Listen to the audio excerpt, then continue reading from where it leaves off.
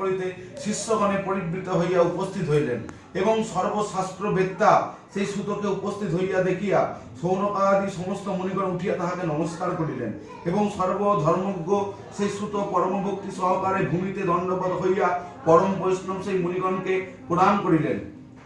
মহামতি সেই সুত সভার মধ্যে সেই মুনিষ্ঠগণের প্রদত্ত শ্রেষ্ঠ আসনে সমস্ত শিষ্যগণে পরিবেষ্টিত হইয়া উপবেশন করিলেন। সেই সুত উপবেশন করিলে মুনিশ্রেষ্ঠ সৌনক বৃন্দ ও বদ্ধাঞ্জলি হইয়া এই কথা বলিতে লাগিলেন, হে ভগবান সর্বজ্ঞ মহর্ষি সুত, কলিকাল উপস্থিত হইলে কি উপায়ে মনুষ্যের হরিভক্তি হইবে? কলিকালে সকলেই পাপকর্মে রত ও বেদবিদ্যাহীন হইবে। কিরূপে তাহাদের মঙ্গল হইতে পারে? কলিতে লোকেরা অন্নগত প্রাণ, অল্পায়ু, নির্ধন ও নানা রোগে পীড়িত হইবে। এ দ্বিজ শাস্ত্রে শুনিতে পাই যে ধর্মকর্ম অতি কষ্টসাধ্য, অতএব বলিতে কোনো লোকই ধর্মকর্ম করিবে না। ধর্মকর্ম বিলুপ্ত, পাপকর্ম প্রবৃত্ত হইলে সমস্ত দুরাত্মাই সবংশে বিনাশ